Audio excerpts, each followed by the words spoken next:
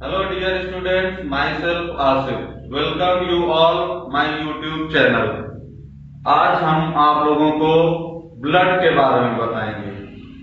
Blood किस तरह हमारी बॉडी में फंक्शन करता है, क्या क्या वर्क है, कौन कौन से कंपोनेंट से मिलकर बना है। तो सबसे पहले हम लोग देखते हैं ब्लड। पहला पॉइंट है इसमें properties of blood. Properties of blood. अगर हम बात करें स्टडी की, तो ब्लड की स्टडी को बोला जाता है study of blood is called haematology और एक टर्म और हम लोग देते हैं सीरोलॉजी। ब्लड की स्टडी को हेमाटोलॉजी भी बोलते हैं और सीरोलॉजी भी बोलते हैं। तो हम लोग कनेक्टिव टिश्यू क्यों कह रहे हैं? कनेक्टिव टिश्यू इसलिए कह रहे हैं क्योंकि ब्लड ही एक ऐसा टिश्यू है जो बॉडी के सारे पार्ट्स को एक दूसरे से जोड़ता है, पूरी बॉडी में फ्लो करता है तो by the pumping of heart. ठीक है। थर्ड पॉइंट की अगर हम लोग बात करें तो थर्ड पॉइंट है ब्लड पीएच। ब्लड पीएच 7.5 के सब अराउंड होता है, जिसको कि हम लोग बेसिक पीएच कहते हैं। अगर पीएच स्केल सॉल्यूशन द्वारा दी गई थी, पीएच स्केल की बात करें 7 से अगर ऊपर जाते हैं, 7 से अगर ऊपर जाएंगे तो बेस होगा। अगर 7 से कम आएंगे हम लोग, 7 से कम नीचे की तरफ आएंगे यानी 6, 5, 4, 3, 2, 1, तब होगा हमारा एसिड। एसिड कब होगा? अगर 7 से कम हो रहा। बेस कब होगा? अगर 7 से ऊपर जा रहा। तो हमारा पीएच कैसा है ब्लड का? 7.5। इसका मतलब ब्लड एक बेसिक फ्लूइड है। फोर्थ पॉइंट हमारा है, अगर हम लोग बात करें कि अमाउंट ऑफ ब्लड कितना होता है। Amount of blood in human body. Amount of blood in human body. तो स्टूडेंट्स, ब्लड का अमाउंट डिफर करता है मेल और फीमेल में। मेल के कंपैरिजन में फीमेल्स में ब्लड का अमाउंट कम होता है। जैसे कि बात करें, हम लोग यहाँ पे लिखते भी हैं, मेल में अराउंड 5.5 लीटर 5.5 लीटर होता है मेल्स में। अगर फीमेल की बात करें तो फीमेल में होता है 5 लीटर। 5 लीटर ब्लड होता है हमारा फीमेल्स में, मेल्स में होता है 5.5 लीटर ब्लड।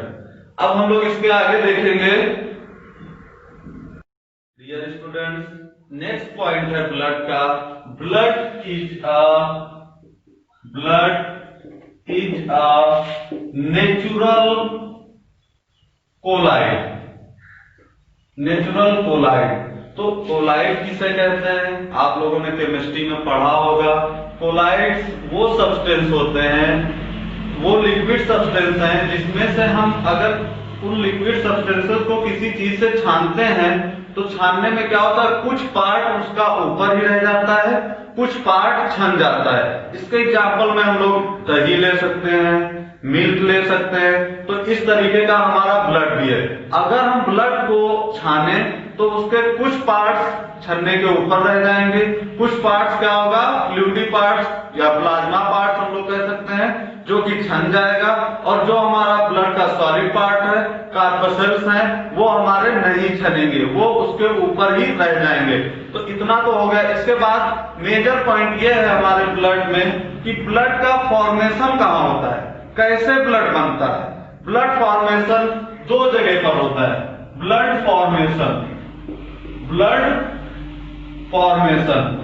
फॉर्मेशन की बात करें तो ब्लड बॉडी में 2 जगहों पे बनता है। एक पहली जगह है हमारा, जो मेजर जगह है, सभी लोग उसको आई थिंक जहां तक मैं जानता हूं कि जानते होंगे। पहली जगह है बोन मैरो और दूसरा जगह है लीवर। लेकिन दोनों में डिफरेंस है। कब लीवर में बनता है, कब बोन मैरो में बनता है। एडल्ट्स जितने भी हैं, जितने एडल्ट्स हैं उन सब में ब्लड का फॉर्मेशन बोन मैरो में होता है। आप लोगों ने लॉन्ग बोन्स देखी होंगी, जो लोग कार्निवोर्स हैं वो लोग जानते हैं कि बोन मैरो क्या होती है। जो लॉन्ग बोन्स होते हैं उसमें हालो पार्ट दिखता है, उस हालो पार्ट में ही ब्लड का फॉर्मेशन होता है। दूसरा हमारा है लीवर। जितने हमारे एम्ब्रियोज हैं, एम्ब्रियोज का मतलब जब बच्चा भ्रूण स्टेज में होता है, एम्ब्रियोनिक स्टेज में होता है, तब ब्लड का फॉर्मेशन हमारा होता है एम्ब्रियो में। एम्ब्रियो में ब्लड का फॉर्मेशन होता है, ठीक है। इसके बाद में हम लोग देखते हैं कि ब्लड में और कौन कौन से कंपोनेंट्स होते हैं, कौन कौन से किन किन चीज का ट्रांसपोर्ट करता है ब्लड का। नेक्स्ट पॉइंट है कि ब्लड का स्टोरेज कहाँ होता है। जिस तरीके से हम लोग फूड मटेरियल इनटेक करते हैं, फूड का डाइजेशन, स्टोरेज, डाइजेशन और एक्सक्रीशन होता है, उसी तरह हमारा ब्लड का भी कहीं न कहीं बॉडी में स्टोरेज होता है। स्टोर करने के लिए एक अलग सा इंतजाम है ब्लड को, जो कि हम लोग बोलते हैं स्प्लीन। स्प्लीन तिल्ली हिंदी में बोलते हैं, या प्लीहा। जब कोई आरबीसी 120 दिनों के बाद डेथ हो जाती है उसकी, तो वो आरबीसी स्प्लीन से होकर गुजरती है, और स्प्लीन एक तरीके की छन्ने का काम करती है। उस छन्ने से जितनी भी आरबीसी मरी हुई होती हैं वो स्प्लीन में चली जाती हैं, और बाकी जितनी आरबीसी हमारी ठीक होती हैं वो फिर से सर्कुलेशन में आ जाती हैं। इसीलिए स्प्लीन को हम लोग ग्रेवयार्ड ऑफ द आरबीसी बोलते हैं, ठीक है। इतना क्लियर हुआ। इसके बाद में अगर हम बात करें कोलेस्ट्रॉल परसेंटेज की, तो ब्लड में 200 ग्राम पर डेसीलीटर कोलेस्ट्रॉल मौजूद होता है। इससे ज्यादा होना बीमारी कॉज करता है, डिजीज कॉज करता है।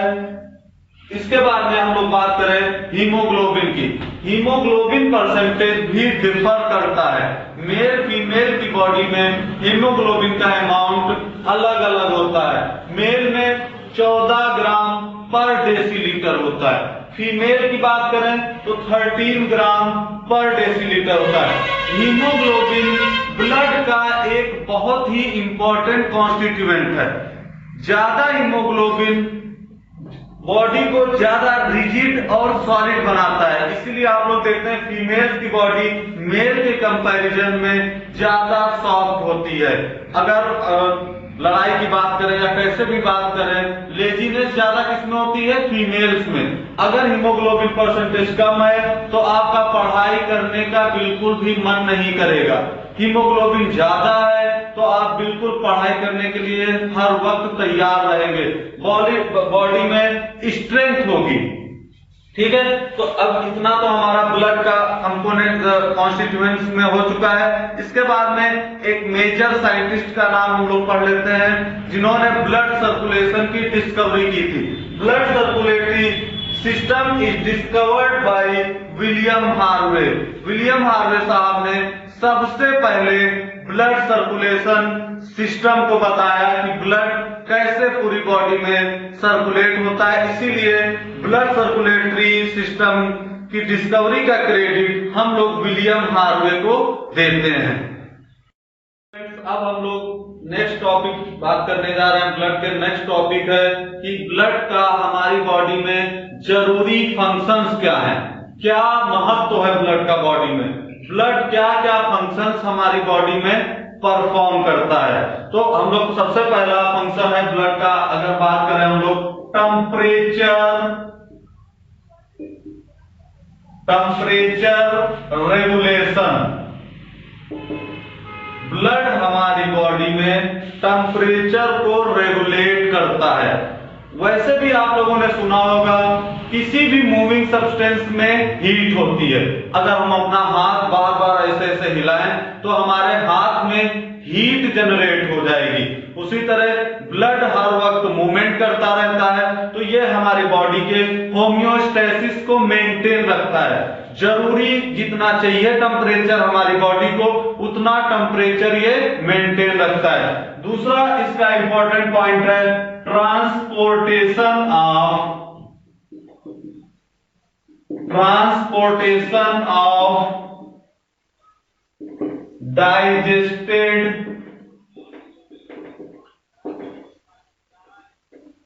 न्यूट्रिएंट्स।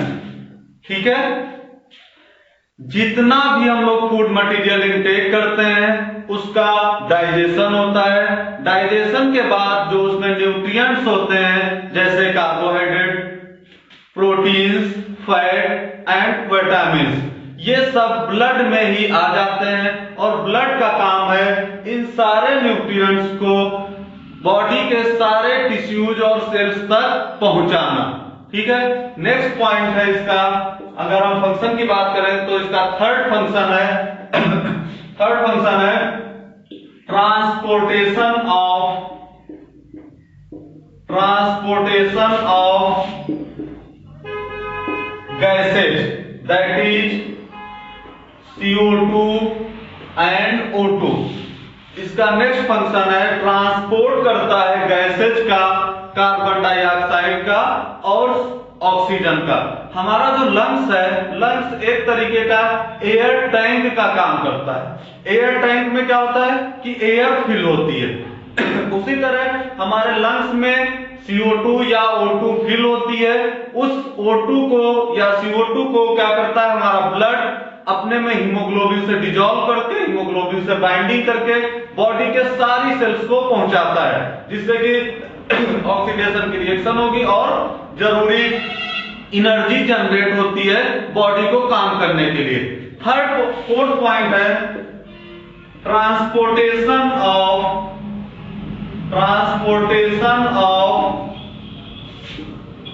Excretory waste.